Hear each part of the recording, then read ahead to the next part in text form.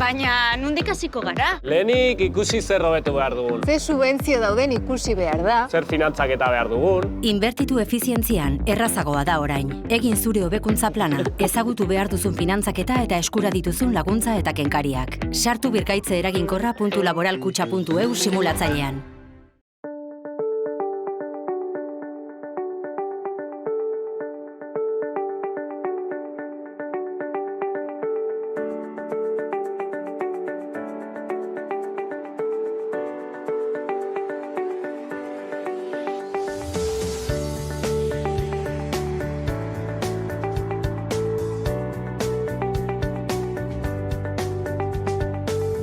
Kaixo eta ongi etorriak saio berri batera, gaur otsailak 13 asteartea bi elkarrizketa izango ditugu.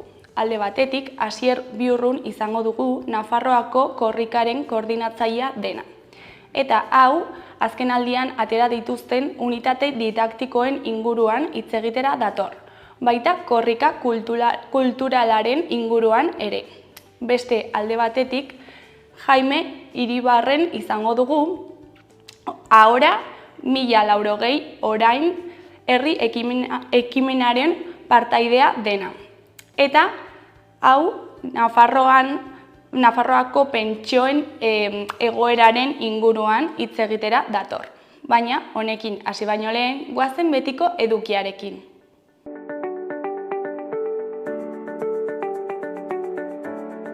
Goazen orain gaurko efemerideekin. Gaurko egun batean, 1623an, Galileo Galilei zientzialariaren aurkako epaiketa hasi zen Erroman. Urte batzuk geroago, 1678an, Espainiak Portugalen independentzia onartu zuen. Egun berean, baina 1902an, Madrileko lehen kotxea matrikulatu zuten. Bolañosko markesa zen jabea. Eta bukatzeko, 1981an, Jose Arregi Izagirre Gipuzkoar eta kidea, Espainiako Polizia Nazionalak eragindako torturen ondorioz hil zen.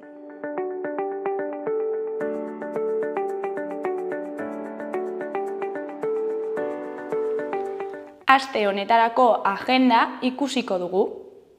Ostegunean, alde batetik, Palestina komikiaren aurkezpena egingo da Iruñeko hizkuntza eskolan. Jou Sakoren Palestinaren komikia itzuli du Julen Garbiriak. Jaume Gelabertek aurkeztuta, Garbiriak berak komikia aurkeztuko du hizkuntza eskolako areto nagusian, arratsaldeko 7etan. Karrikirik eta Astiberrik antolatuta, hizkuntza eskola eta Iruñeko udalaren zein Foru Gobernuaren laguntzarekin antolatutako jarduera da. Bestetik, Kortxoaren dilema izeneko antzerkia egongo da Gaiarre antzokian. Endreduzko trailer politikoa da Kortxoaren dilema. Protagonista 70 urteko irakaslea da. Etika eta filosofia politikoan katedradun jubilatua. Ezkertiarra, polemikoa eta itzal handikoa. Pronostiko txarreko minbizia dauka, baina sendatzeko aukera sortu da ezustean. Aberats ospetsu batek osasun sistema publikoari dohaintzan eman duen radioterapia ekipamendu batean tratamendua har dezake. Gaur hartuko du erabakia. Publikoki iragartzera doan unean ezezagun bat bere ikaslea izandako bat agertuko zaio ezustean. Aspaldiko kontuak garbitzera dator. Arratsaldeko 8etan hasiko da emanaldia. Sarrerak 10 euroan lehiatilan eta online. Larun batean, alde batetik, Harri Salda izeneko antzerkia Iruñeko baluarten. Harri Salda etxetik ihes egin eta ezagutzen ez dituzten lurretara iritsi behar duten pertsonei buruzko antzezlana da. Bere herrialdetik ihes egitera behartuta dagoen neskatua da Alma. Zerua kometen ordez, hegazkinez josten dela ikusten baitu. Bidaia luze baten ondoren, leku ezezagun batera iristen da. Itxuraz, hango jendeak denetarik dauka, baina inork ez dio ezer utzi nahi. Arratsaldeko 6:30etan, sarrerak 10 euroan. Bestetik, motxila 21 elkartasun kontzertua egongo da Toten aretoan, Atarrabian. Palestina eta Txernobilera helaraziko du motxila 21 taldeak prestatzen ari den elkartasun kontzertutik eskuratutako duten dirua. Artista ezagun ugari igoko dira oholtzara. Demolde Quartet taldeko Joli Paskualena eta Iker Uizi, Zetak taldeko Peio Reparaz, Komako Brigu Duke edo Drogas. Kontzertua Top 10 aretoan izango da arratsaldeko 7:00 aurrera eta sarrerak salgai jarri dituzte dagoeneko. Azkenik, Mendillorriko Zibiboxean 6:30 7:30 Basoa izeneko txontxongilo obra egongo da. Uxue kezkaturik dago, bere amonatxoa itzaltzear baitago. Basoaren sakontasunean murgildu nahi du, bertan bizi diren izaki magikoen bila. Ziur dago haietako batek lagundu ahalko duela. Basoan sartzen doan heinean, natura geroz eta misteriotsuagoa izango da. Bertan topatuko dituen pertsonaiak magikoagoak eta haiengandik jasoko dituen ikaspenak sakonagoak. Hala ere, azkenik, Mari naturako erregina aurkitzen duenean, bilatzen ari dituen erantzunak uste baino xumeagoak direla ikasiko du. Baita bere amonatxoa inoiz ez dela itzaliko ere. Basoa ostotza itxiko natura baino gehiago da. Zuhaitzak izaki magikoak bertan bizi daitezkeen esperientziak dolurantz doan barne bidai baten elementuak dira. Nola azalduko dakioke heriotza. Etorri ahal izateko 5 urte baino gehiago izan behar da eta heldu batek lagunduta etorri. Sarrerak 3 euroren truke, aurrez izena eman da.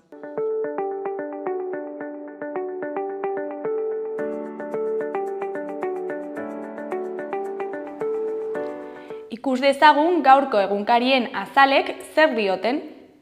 Diario de Notiziasen titular nagusian, minbizia diagnostikatu zaien adingabeen 80%ak gaixotasuna gainditu du Nafarroan. Iaz 22 kasu detektatu ziren. Diagnostikorik ohikoenak leuzemia eta garuneko tumorea izan ziren. Tratamendu pertsonalizatuek eta ikerketak biziraupena hainditzen dute. Olaia Juarezen iritzian, Adanako presidentea dena, 2. mailako ondorioak minbiziaren parte dira, eta horregatik, horiek tratatzeko protokolo estandarizatu bat egon beharko litzateke.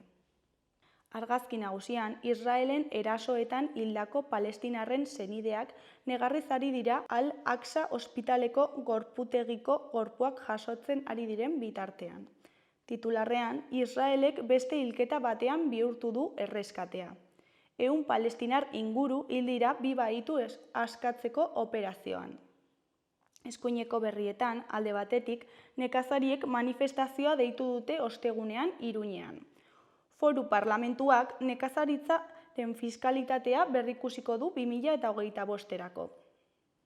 Beste alde batetik, Volkswagenek aldi baterako lan erregulazio bat negoziatzen ari da, piezarik ez dagoelako. Jarraian, BNGek arriskuan jarri du PPren gehiengoa Galizian, CISen arabera. Gainera, Iruña auzoko unitateek zaintza izango dute azken erasoaren ondoren.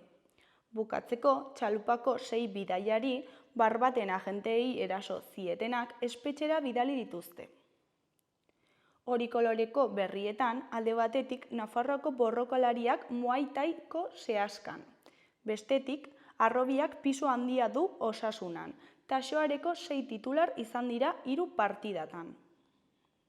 Diario de Navarraren titular nagusian, nekazariek mobilizazioen presioa murriztu dute Nafarroan. Alde batetik, Ayerdi kontseilariaren hitzetan, herritarrak nekazaria gehiago txalotuko luke produktua Nafarra erosiz. Beste alde batetik, UAGNren kritikak. Ez da akordiorik lortu zerga arloan.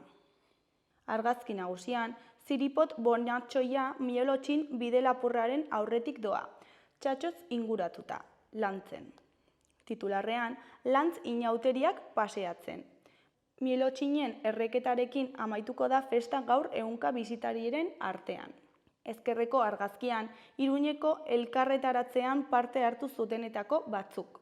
Titularrean, Bilduk eta Geroak Guardia Zibila babestea saiestu dute 2 agenteen hilketaren ostean.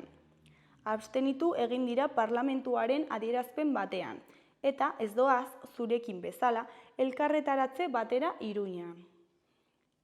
Goiko berrietan, alde batetik, uztailaren 6an Iruñean 11 hartzeko erreserbatua.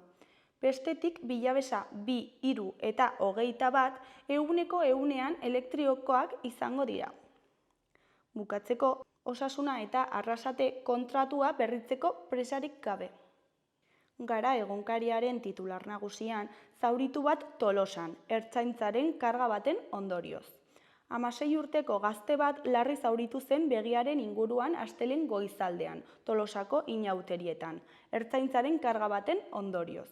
Familiak jaurtigai bat seinalatzen du.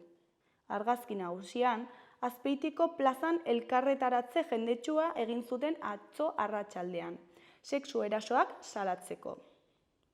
Titularrean, eraso matxistei ezezko jendetsua eman diete Azpeitian. Erdiko berrietan, Jose Lois Fernandezen hitzetan, euskal militantearen agoniaren lekukoa dena, niretzat sumendi baten kraterra Jose Arregiren oinak dira. Eskuineko berrietan alde batetik lehen sektoreak Donostiako bihotzera eraman ditu bere traktoreak. Bestetik, Nentaiauk 2 baituren erreskatea babestu du Rafaji eraso egiteko.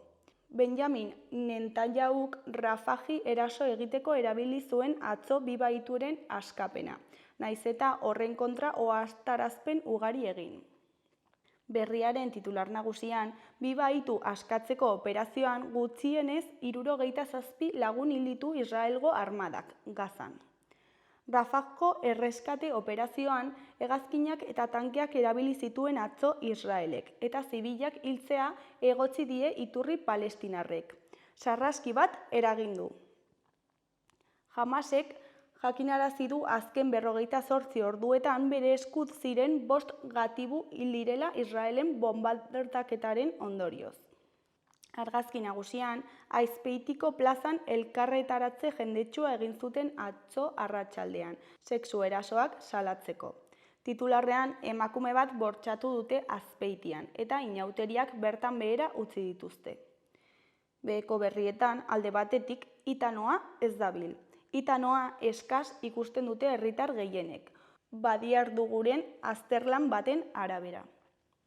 Beste alde batetik, traktore ilarak Donostiara iritsi dira, eta itota daudela adierazi dute nekazariek. Jarraian, EAJ eta EH Bilduren arteko berdintzeak aparteko garrantzia eman dio kanpainari. Bukatzeko, ertzaintzak ikerketa abiatu du, Tolosan gazte bat jaurtigai batez zauritu ostean. Euskal Herria Irratiaren titular nagusian, Imanol Pascualen hitzetan, azaroaren 30ko greba feministan aldarrikatutakoek ez dute islarik izan Nafarroako aurrekontuetan. Ostiralean elkarretaratzea eginen du ELA sindikatuak aurtengo aurrekontu proiektuaren kontra. 3 legegiltzaldi pasa diren arren, oraindik ere UPNren garaiko aurrekontu eta fiskalitate eredua mantentzen da. Salatu du Imanol Pascualek. Azaroaren 30ean aldarrikatutako zaintza lanetan aurrera urratsik egin ez dela salatu du ELA sindikatuko Nafarroako arduradunak. Eskuineko berrietan alde batetik momotxorroek iztua eramanen dute Altsasuko kaleetara gaur. Bestetik, genero indarkeria ekonomikoa ikusezinena, baina ohikoenetako bat.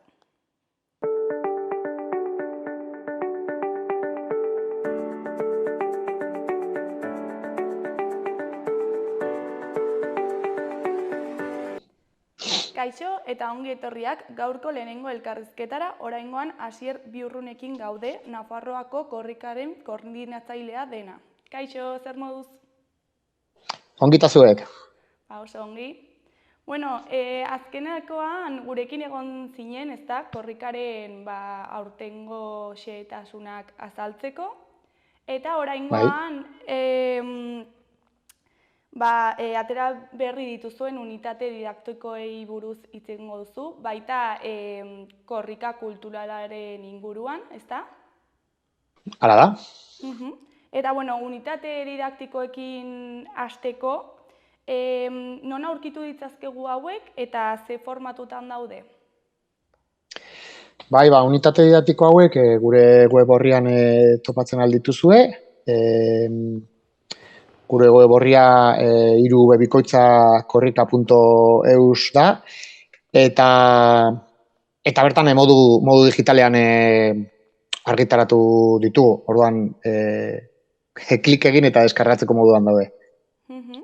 Eta hauek nori zuzenduak daude? Bale, bueno, guk bi ikasunitate ateratzen dugu, korrika oro, batetik ikastetxeei zuzendutakoa eta bertzetik euskaltegiei zuzendutakoa. Orduan, bueno, ikusiko duzuen moduan, bi publiko edo modu batean edo bertzean errateko ikastetxeei zuzenduta daudenak adinaren arabera sailkatu ditugu, eta, bueno, daukagu arro, herri, horro eta korri. Eta, bueno, hau dira 3-6 urte bitartekoak, 9-12 urte 3-6, 6-9, 9-12, eta gero ja helduenendako 12-18 urte bitartekoak. Orduan, bueno, pues, adin tarte horri guztiari begirako unitateak ditugu. Eta ze eduki mota aurkitu dezakegu bakoitzean? Bai, bueno, hemen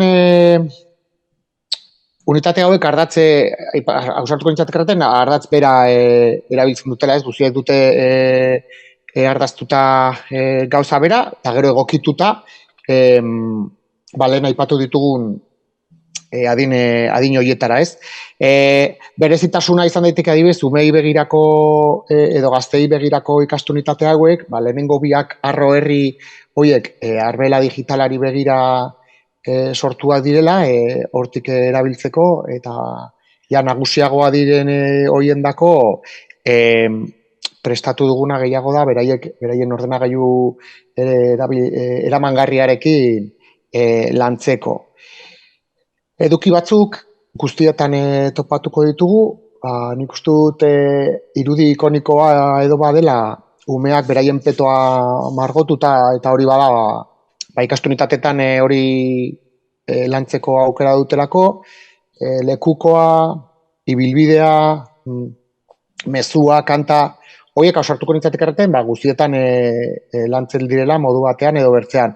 Eta gero daude, bertze zera batzuk, edizioz edizio agian aldatuko direna, aurten ipuin batzuk sartu ditugu, azkenek urteetan koreografiak ere landu izan dira, eta horrelako edukiak ere topatuko ditugu ikastunitate hauetan.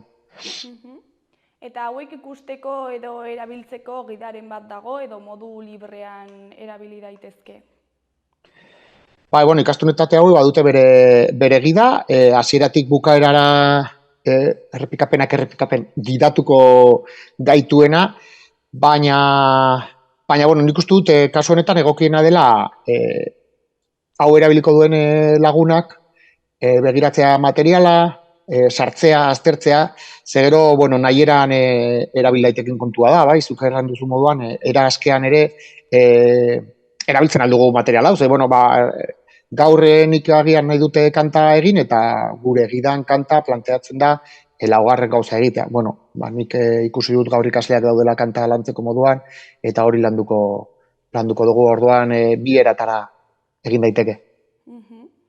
Esan duzu, adintarte bakoitzak daukala izen konkretu bat, ezta? Honek daukala izanairen bat, edo sin más? Nik uste dute, aurtengo korrikaren leloa arro herri izan da, eta korrika bestiak erabiltzen dituen hainbat hitz entzun da, horrekin hitz joko bat egin da, eta besterik gabe, ez nintzateke ausartuko, igual egileari aipatu o galdetu beharko genuke, baina ni ez nintzateke ausartuko erratera atzean zerbait dagoenik, ausazko zerbait izan delakoan. Primeran. Noiztik eta noiz arte egongo dira ikusgai hauek?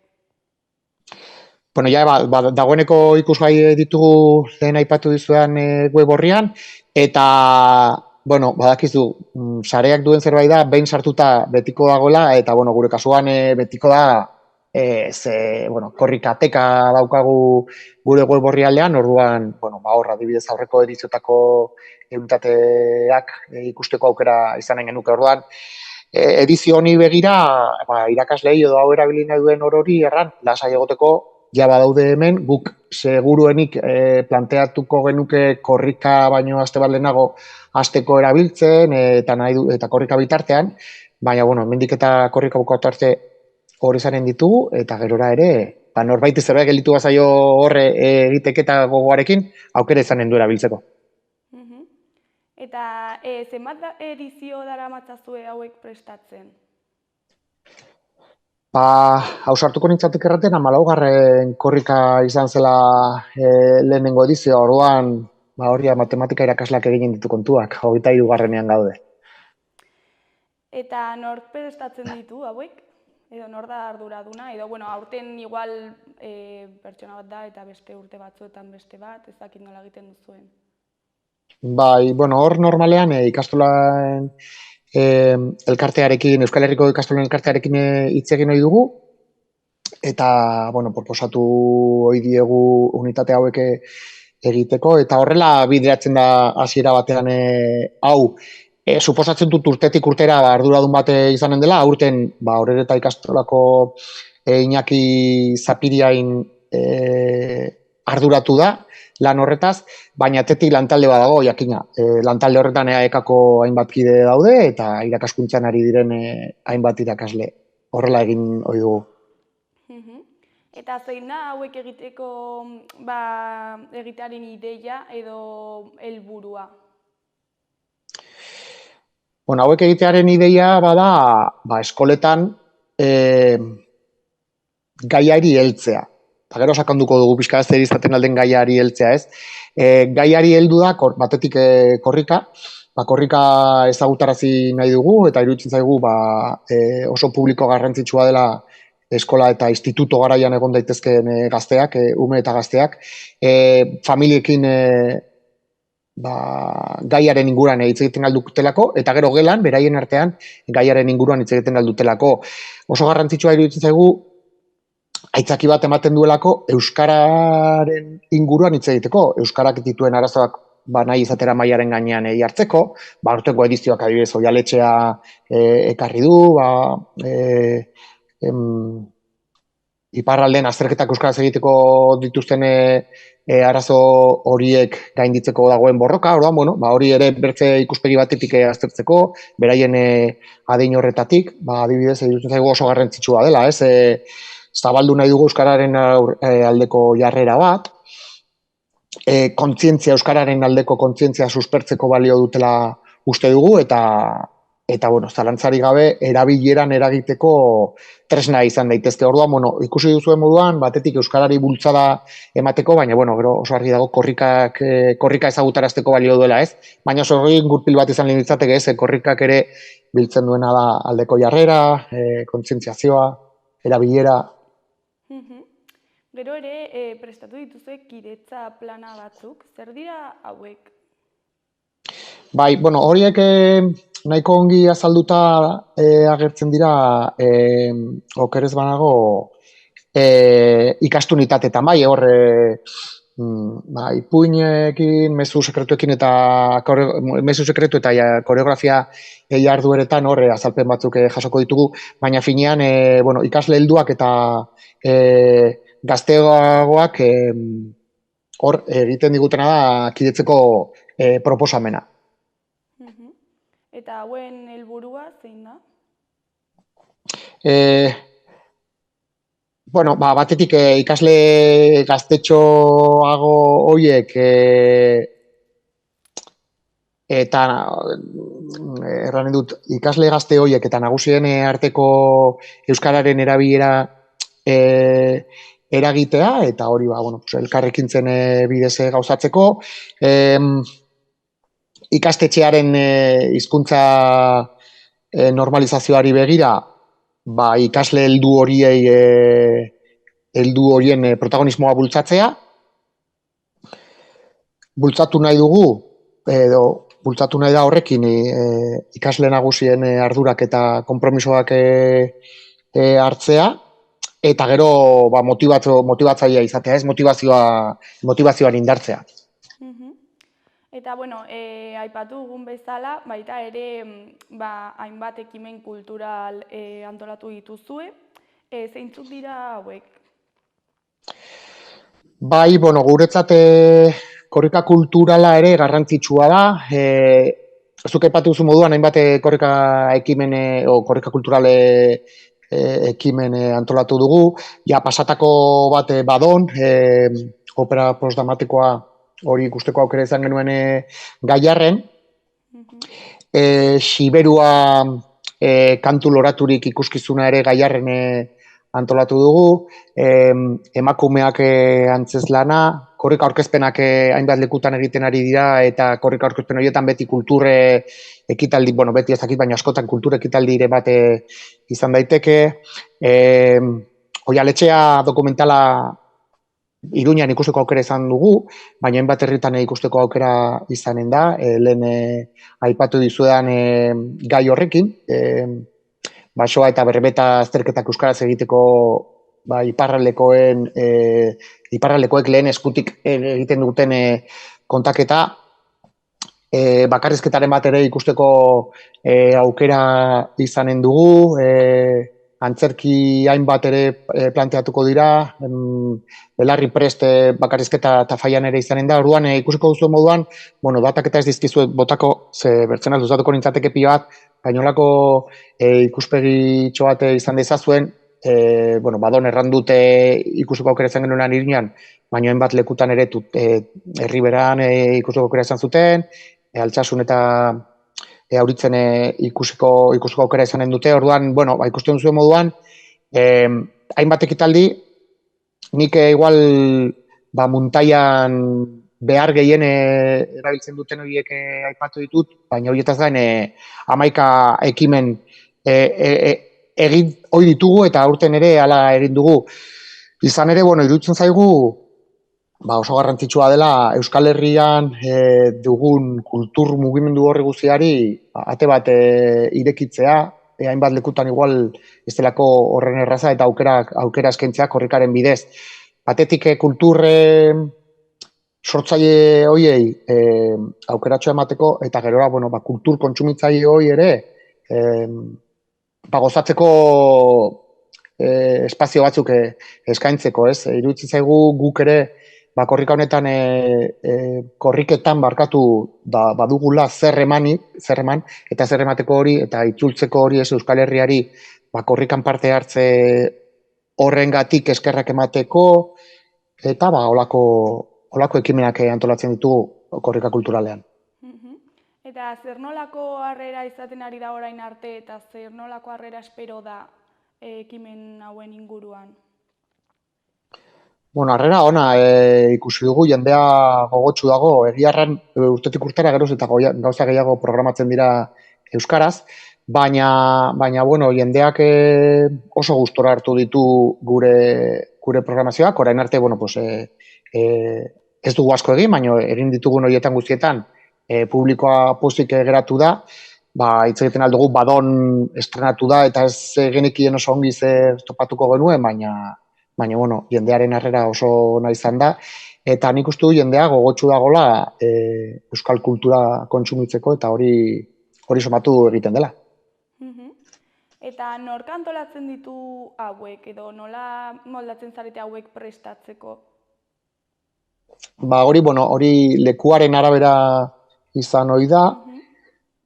Guk korrika batzordeek, herri bakoitza, herri askotan korrika batzordeak antolatu dira eta sortu dira, eta horiek kudeatzen dute nolabait herri horretako korrikarekin lotutako guztia, eta agian beraiek planteatzen diote bere buruari, guk egin dituzke hainbat kontu, korrika kulturalean, eta orduan horren arabera egiten duguna da, egituratu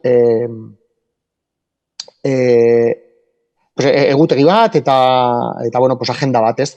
Gerora hainbat ekitaldi Badon adibidez gure beka denez nolabait errain dut nik proposatu didala korrika batzordeei, norbaitek hau egiteko nahia zuen eta horrela Badonen zirkuitoa egin dugu eta hori, pixkat hartu eman hori dago edo elkarrekintza hori, ez? Beraiek herrialdetakoek batzorde horiek proposatutakoa, igual guk ere iradokiko diegu zerbait eta hori uztartuta, holako agenda bat sortu ohi dugu. Siberua kantu loraturik izeneko ikuskaria Gaiarren egingo dela aipatu duzu, ezta? Eta noiz izango da hau, ze ordutegi izango du, kontatu iguzu pixka bat. Bai, hau otsailaren 22an eginen dugu, Nafarroko Gaiarre antzokian, eta arratsaldeko 7etan izanen da. Honen, jendeak interesa baldin badu, sarrerak salgai daude, Gaiarreko web orrian topatuko dituzte, eta gero egunean bertan ere lehiatilean eskuragarri izanen dituzte. Prezioa 7 euro da, eta gero korrika laguntzaileek aukera izanen dute lehiatilean, hori bai, 5 euroren truke eskuratzeko sarrera.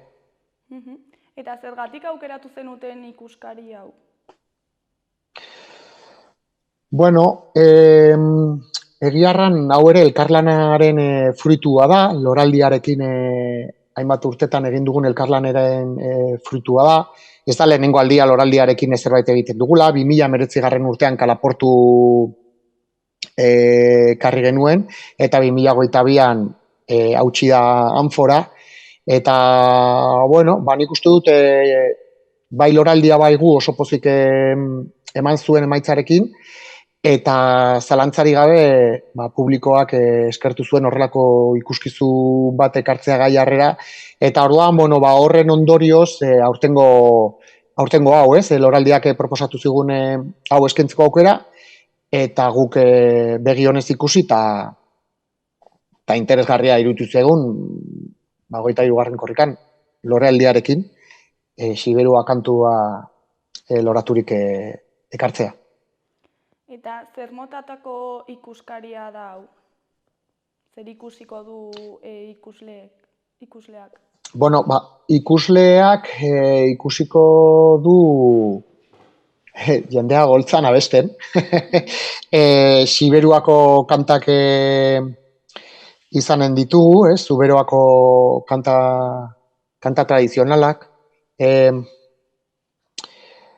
Beraiek, hau aurrekoan aurkezpena egin genuenean, honen berri ematen zutenean, hori aipatu zuten taulara ikuspegi garaikide bat errepikapen taularatuko zutela, Siberuako kanta tradizional horien ikuspegi garaikidea, Kanta zaharrak topatuko ditugu, beraiek sortu dituzten kantak topatuko ditugu. Aurkezpen egin genuenean aipatu genuen ahots ederrenetarikoak, ausartu ginen botatzera topatuko ditugula bertan, irudiak txertatuko dituzte. Eta pizkatxo bat hori egin dute, orain ari dira beraiek sorkuntza horrekin. Eta, oso ongi egun arte ez dugu jakien zer ikusiko dugun, bai beraiek oso ederkia azaldu zuten, eta oso ongi izlatuta gelditu zen, ze motivazio ari diren beraiek honetan jartzen, ze gogo, ze indarra, ze ilusio, eta hori guztia nola transmititu zuten, azaltzeko, orain sortzen ari diren obra bat, eta azaltzeko pizkatxoa hori zer ikusiko dugun, ez? Eta, bukatzeko, ez dakit zerbait gehiago komentatu nahi duzun, zerbait utzi dugun? Ez, nik Gaiarren egingo dugun Siberua kantu loraturik honetara jendea animatu, ekimen guztietara animatuko dugun bezala. Gauza ez ezagun asko ikusiko ditugulako, ze, batzutan hemen sartu gaitezke iparralde goalde errealitateetan norberak berean sartuta dago eta ez dugu burua gehiegi altxatzen, ez dugu gehiegi ezagutzen han egiten diren gauzak, orduan parada emanen digu horretarako eta uste dut momentu polit bat pasatuko dugula eta asko gozatuko dugula. Eta, gero sortu eta sortuko ditugun gainerako ekimenetan ere parte hartzera animatuko nuke jendea, ja geroz eta gutxiago falta da korrika iristeko, orduan, horra ere deia eginen dugu, baina, suposatzute aurrerago aukera izanen dugu horretan sakontzeko. Bueno, mila esker gurekin hitz egitera etortzeagatik, eta ea jendea animatzen den ekimen horietara hurbiltzera. Eskerrik asko zuei. Bueno, ondo izan, agur. Berdin, bai.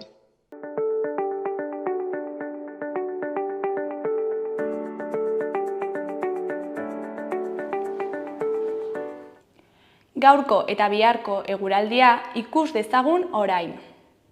Gaur, asteartea, temperatura maksimoek nabarmen egingo dute gora. Giro freskoa izango dugu lehen orduetan, eta barnealdeko hainbat txokotan behe-lainoa ere bai. Gainerako orduetan, berriz, zerua hodei gutxirekin agertuko da eta giro eguzkitsua izango da nagusi. Hego-mendebaldeko haizea ibiliko da eta temperaturaren igoera erraztuko du. Kantauri isurialdeko hainbat lekutan, beroenak 20 graduren bueltan ibiliko da, eta barnealdean 16-17 grado inguruan. Arratsaldean brisa ibiliko da kostaldean. Asteazkenean giro nahiko epelarekin jarraituko dugu. Haizeak hegoaldetik joko du beste behin, aurreko egunean baino indar handiagorekin. Batez ere arratsalde gau partean. Temperatura maksimoak gradu pare bat igoko dira kantauri isurialdean, eta ia ez dira aldatuko gainerako tokietan. Goizean giro eguzkitsua izango dugu, eta egunaren bigarren partean erdi mailako hodeiak eta goi hodeiak ugaritu egingo dira. Goizean goiz lainogune batzuk izango dira barnealdean.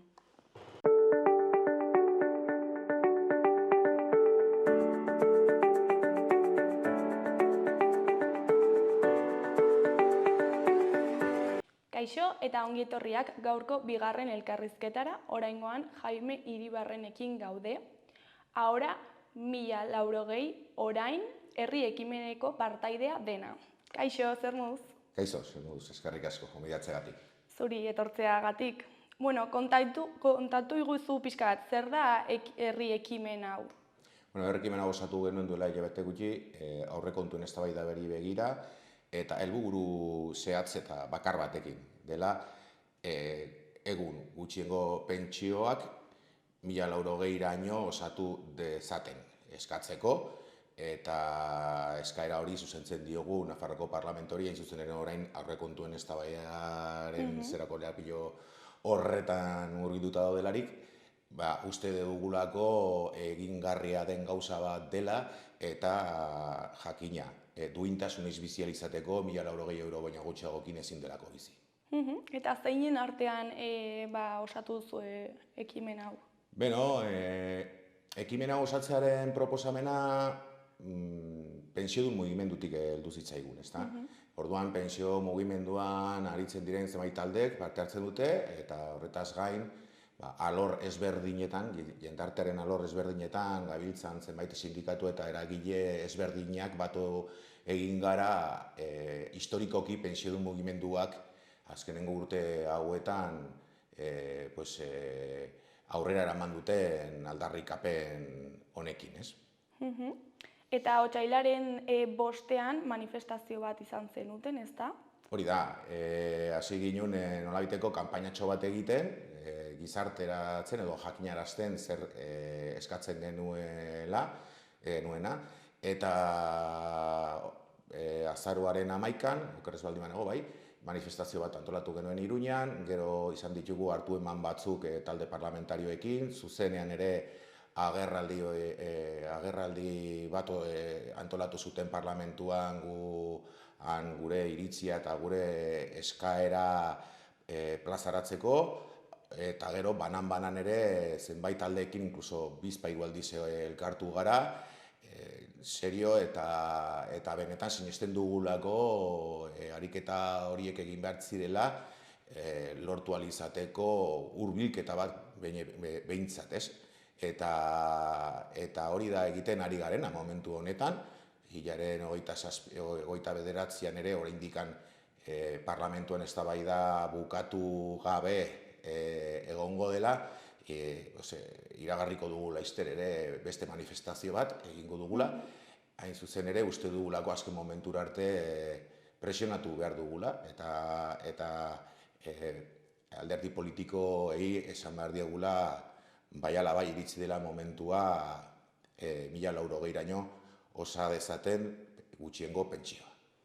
Eta manifestazio hauen helburua berdina da, edo helburu gehiago daude hauetaz aparte?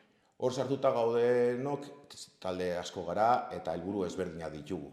Batzuk haratago joaten gara gure aldarrikapenetan, egiten dugunean gure izenean, baina mobilizazioak eta dinamika hau batu gaitu orain aipatzen ari naizen aldarrikapen bakar hau, baina egia da honekin lotuta gauza gehiago daudela. Hor daude pentsio ez kontributiboak, hor daude renta garantizada delako hori, eta zenbait gauzetan ados gaude, eta plazaratzen ditugu, aldarrikatzen ditugu. Baina momentu honetan eta eztabaida parlamentario honen aurrean eskatzen ari garena da hori, ez? Behingoz osatu dezatela 50.000 lagun baino gehiago Nafarroan daude 1.080 euro baino gutxiago kobratzen dutenak, horietariko 32.000 edo soilik pentsio bakarra dute eta uste dugu gutxienez hoiei osatu bartzaiela, hori baino gutxiagoarekin ezin delako bizi, ezin delako berogailua jarri. Eta pentsioen arazoa noiz sortu zen edo zein izan zen hau piztu zuen egoera? Pentsio arazoa hasieratik dator. Pentsioak daudenetik arazo hori dago. Pentsioen arazoa da pentsioen inguruan dagoen arrakala. Eta arrakala horrek erantzuten dion beste realitate bati. Eta da, mundu laboralean dagoen soldataren arrakala. Pentsioa enpleguarekin lotuta dago. Eta kotizatzen denarekin lotuta dago. Eta hemen gertatzen dena da, zenbait emakume, gehienak emakumeak, emakumeek izan dutela urratua, ukatua enpleguaren eskubidea. Zaintza lanetara dedikatu direlako gehien bat, eta hor ikusten da, eta ez da kasualitatea, 1.080 euro baino gutxiago kobratzen duten 76% emakumeak direla. Beraz, hortik dator arazoa. Soldataren arrakaletikan eta egun indikan ezagutzen dugun gizarte patriarkalizatu honetatik ez da, non zaintza lanetara dedikatzen den, oraindik ere gehien bat dedikatzen diren emakumeak. Eta egia da, azkenengo urte hauetan emakumea lan munduan sartzen ari dela poliki-poliki, baina deituriko lan feminizatu horietan ere berriro aurkitzen gara errealitate hori, nahi patzen ari garen errealitate horrekin, ez? Soldataren arrakala. Estatu mailan soldataren arrakala 118 da. Baina eske Nafarroan oraindik handiagoa da, 123. Eta horrek suposatzen du gero, pentsioetara jotzen dugunean, pentsioaren arrakala 137 dela. Beraz, argi dago, non dagoen egin beharreko esfortzua, non dagoen egin beharreko zuzenketa guztiak, hau aldarrikapen feminista da, azken finean. Ze emakumei gehien bat, tokatzen zaie pairatzea injustizia hau. Eta, hain zuzen ere, hasieran esan dudanarengatik, enpleguaren eskubidea urratu izan dutelako historikoki. Eta gero badaude kasu asko, emakumeak ez dutela haien pentsioa kobratzen, baizik eta gizoneko pentsioarena, esan nahi dut. Eskointien ardurapean daudelako. Bai, haiek hiltzean, kobratzen dute biudedade alargun pentsioa, baina ez berea. Kontributua dela, baina hori da esaten duguna, ez? Pentsioa pertsonenak dira. Pentsioak pertsonena diren heinean, injustizia bada, pertsona bat egon behar izatea bere bikotearen mesedetan. Pentsioa kotizazioarekin lotzen da. Eta kotizatu ez badu, kasu honetan, emakume batek bere bizitza osoan, edo gutxi kotizatu badu, hain zuzen ere da, zaintza lanetara dedikatu delako, ez lan egin ez duelako. Ekonomikoki onartzen ez den, edo errekonozitzen ez den, lan bati, buru belarri, dedikatua egon delako. Eta hori da aldatu behar dena. Eta urteetan zehar, nabaritu zue, ezakit egoera hobetu egin dela, edo berdin jarraitzen du, okerrera, ezakit. Egoera hobera doa poliki-poliki. Zenbait akordio izan du dira ere Madrilen, hemen ere hasi ziren, ja duela urte batzuk, pentsio horiek osatzen, baina ez nahikotasun horretan mugitzen gara aldiero, ezta? Osea, karta sozialak, Europako karta sozialak aldarrikatzen duen soldata, bataz besteko soldataren ehuneko 60ra ez gara iristen. Are gehiago, daramatzate pentsio mugimenduan urteetan aldarrikatzen 1.080ko soldata hori, eta gaur egun ja eguneratu beharko genuke, 1.080 euro horiek ez diote erantzuten benetan bataz besteko soldataren ehuneko 60rari. Zer nahi dut, baina oraindik lortu ez denez, nahi dugu praktikoki hori lortu, uste dugulako hori lortzekotan, Nafarroan bizi baldintzak hobetuko direla nahikotxo. Orain zenbatekoan dago minimoa, badakizu? Bai, bueno, ia zegoen 757, gero kasuistika asko daude, kargat dituzun edo ez, bikotea duzun edo ez, beste pentsio bat eduki izakezu, zuk eduki izakezu pentsio kontributua lan egin duzulako gutxienez 15 urtez, eta gero duzu igual alargun pentsioa, eta orduan igual 1.080 hori gainditzen duzu, horregatik esan dut lehen, egun Nafarroan 51.000 pertsona daudela 1.080ko pentsio baino gutxiago dutenak, baina horietako batzuk badute bigarren pentsio bat, igual alargunena. Eta orduan hori gainditzen dute eta esaten dugu gutxienez, 51.000 horietatik dauden gutxi gora bera, 32.000 pertsonei horiei bai osatu behar zaiela lehen bailen, bizi direlako 850 eurokin, eta hori ez da nahiko. Nafarroan, azkenengo urtean, 2023an, prezioak denok dakigu nola igo diren. Estatu mailan gehien igo diren lurraldean bizi gara. Ehuneko 9,8, baina Extremaduran adibidez 1,1 igo dira prezioak. Beraz, ezin dugu esan guztiondako pentsio berbera kobratzeak berdintasunen aldeko autua egitea dela. Hori ez da horrela, hori ez da zuzena. Hemen garestiagoa da bizitzea, beraz pentsioak osatu behar dira pixkat gehiago bizial izateko duintasunez. Urtero, zertxo bait igotzen dira pentsioak, ezta? 2023 urte hasieran pentsioak pixkat gehiago igo ziren, baina, klaro, esan duzun bezala, bizitza ere asko garestitu zen. Eta zer uste duzu horren inguruan?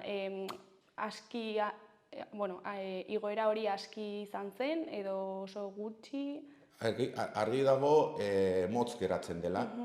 Bizitza aurrera doa, prezioak igotzen doaz, egia da, pensiodunen munduan orokorrean esan dezagun, batzuk bai, baina gehienek ja ez dute adiez etxe bizitzarekin arazoa, baina eguneko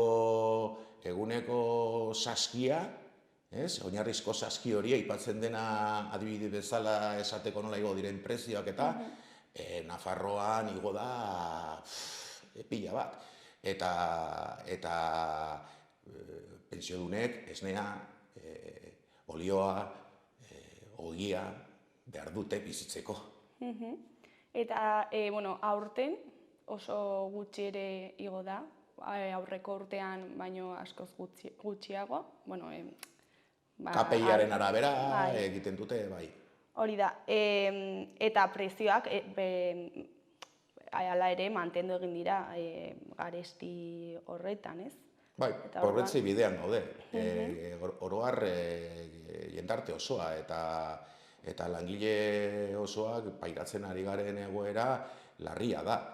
Eta kasu honetan, ari garela hitz egiten pentsiodunei buruz, pentsiodunek ere bai. Ez guztiek, baina badira, zenbait milaka napartar, benetan, larri biltzen direnak hilabetea amaitzeko. Aipatu zu, kontsumarako prezioen indizearen arabera berrikustea pentsioak edo IPC-aren arabera. Zergatik da hain garrantzitsua hau? Ez dut esan nahi izan hori, ez dakit horrela esan dudan. Gu planteatzen duguna da Europako karta sozialak planteatzen duena. Alegia, Europako karta sozialak esaten duena da soldataren bataz bestekoaren 60% behar dela, diru sarrerak behar direla 60% izan bizial izateko duintasunez. Eta hau, parametro horietan mugitzen gara. Gero, egia da, prezioen igoerak batzutan oso lotuta daudela erragi fosilekin, eta dauden gerrakin, eta dagoen nazioarte mailako politikarekin. Baina, kasu honetan, hitz egiten dugunean prezioen igoeraz, hitz egiten dugu oinarrizko elikadurei buruz, eta guk uste dugu gutxienez, eta hori aurre egiteko, aurre egin alizateko, beharrezkoa dela orain aipatzen ari garen termino ekonomikoetan mugitzea. Eta orokorrean, uste duzu jendea kontzientea dela egoera honen inguruan? Ez dakit kontzientea dena edo ez, baina nik uste dut badagoela ala interesatuta bidalitako mezua erosten ari garena. Eta da, gehien bat egoera aktiboan gaudenok, esaten zaigu, gu iristen garenean jubilaziora, jubilazioa edo pentsioak ez direla existituko. Eta hori gezurra da. Gezurra da, baina hori erabiltzen dute, hain zuzen ere, orain, guk ez borrokatzeko horren alde.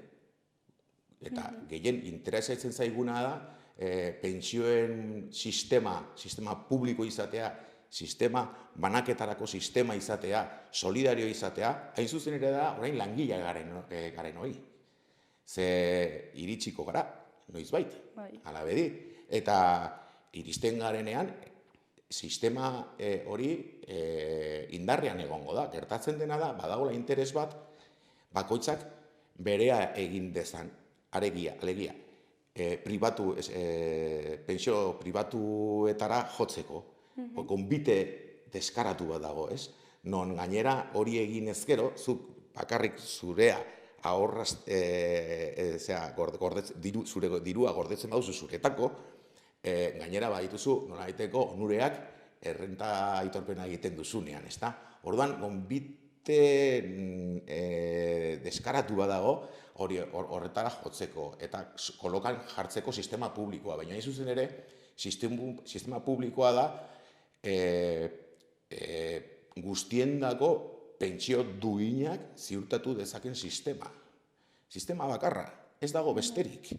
Eta egun, langilegoaren erdia lan prekariotan bizi da. Ez dute kotizatzen nahiko.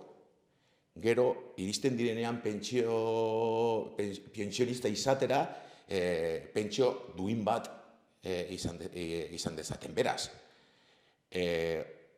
oraingo borroka da, borroka Leister 22an daukagu soldata arrakalaren eguna, oraingo borroka da soldataren arrakalaren aurka egitea langileo garenok. Eta hori da, etorkizuneko pentsio duin baten alde lan egitea, edo borrokatzea. Eta etorkizunari begira, zer uste duzuzuk gertatuko dela pentsioekin? Arazoetan jarraituko dugu? Bai, arazoetan jarraituko dugu sistemari interesatzen zaiolako hain zuzen ere nolaiteko tentsio bat mantentzea, eta beraien kudeaketa ekonomikoak beti planifikatzen dituzten, hain zuzen ere, jubilatuta dagoen, edo jubilatuekin gastatu behar den diru horrekin kolokan jartzen, ez? Historikoki ere, antolatu gabeko mugimendu bat izan delako, manipulatzeko ere errezago edo borrokatzeko tresnak eta adinangatik ere zailtasun handiak izan dituztenak, baina gaur egun demostratu da, eta gehien bat Euskal Herrian, mugimendu hori indartsu dagoela, oso kontziente, oso konprometitua, eta gauzak ez dira hain errez egiten ari momentu honetan politikoentzat, eta, poliki-poliki amorea ematen joan beharko dute. Eta zure ustez, pentsioen kontua estrategia politiko moduan erabiltzen ari da? Batzutan bai, batzutan iragartzen dira egoerak hauteskundeak iristen direnean, eta holako akordioak iristen dira hauteskunde batzuk iristear daudenean, bai. Baina hori historikoki horrela izan da, eta horregatik nahi dugu hori ordenatu eta legalki arautu horrelako egoera edo koiunturaren egonez gaitezen gai honekin. Eta pentsio minimoa lortzen ez baduzue, zer egiteko asmoa? Pentsio minimoa lortzen ez badugu oraingo 2024ko aurrekontuen legean, borrokarekin jarraitzea besterik ez zaigu geratuko, eta espero dezagun hurrengoetan lortzea hor gabiltza. Gertatzen dena da, iristen garenerako aldarrikatu beharko dugula gehiago.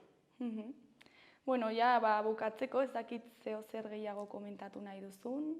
Ez, behar bada igual deia egitea, deia luzatzea, pentsiodunak ez garenok ere parte har dezagun horrelako dinamiketan, gurea den aldarrikapen bat delako, gure eskubidea delako, 38 urte, 40 urte lanean egon ondoren, zahartzaroan duintasunez bizitzeko eskubidea da gurea, eta hori horrela gerta dadin, orain dauden mobilizazioetan, orain dauden aldarrikapen hauen inguruan antolatzen diren ekimenetan parte hartu behar dugu. Parte hartu behar dugu, borroka hau ezpaita egun gehiengo nabari batez parte hartzen dutenen borroka, beraiek badute ja jasota eskubide hori, gehiago edo gutxiago, eta gurea da kolokan jartzen ari dena. Beraz, soldata arrakalaren aurka kontzienki eta konprometitu beharran gaude, aktibatu beharran gaude horri aurre egin diezaiogun, eta horrekin batera pentsioen inguruan antolatzen diren ekimenetan, benetan merezi du eta beharrezkoa dugu eta gure eskubidea da parte hartzea.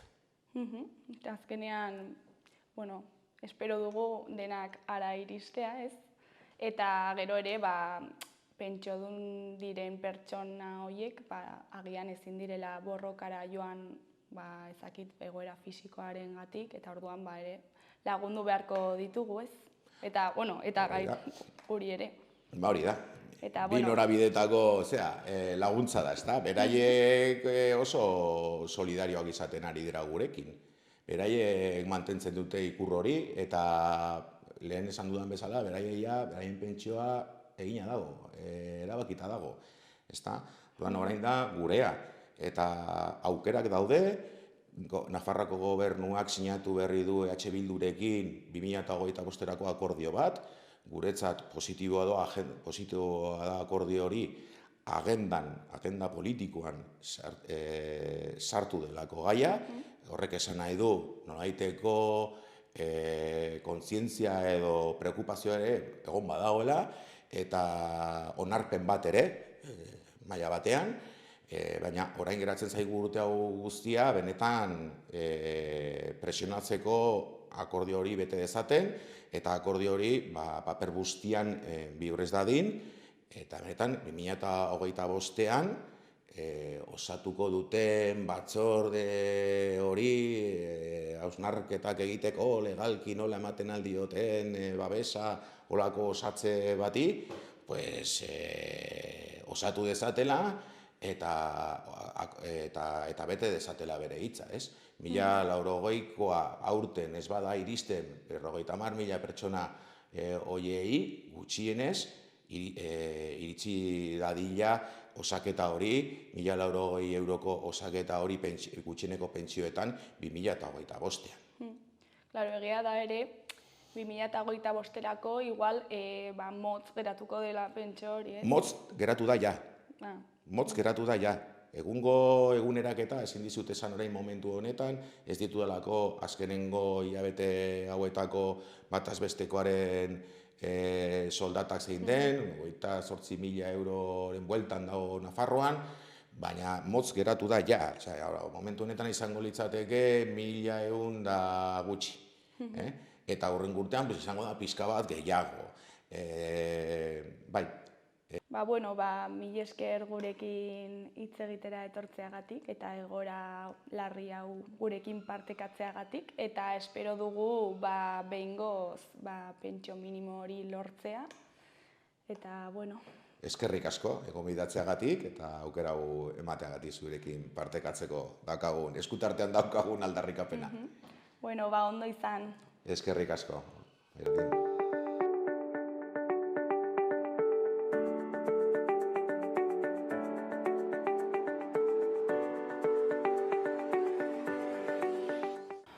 Gaurkoz hau izan da dena, bihar itzuliko gara eduki eta elkarrizketa berriekin. Ondo segi, agur! Gobierno de Navarra. Nafarroako gobernua.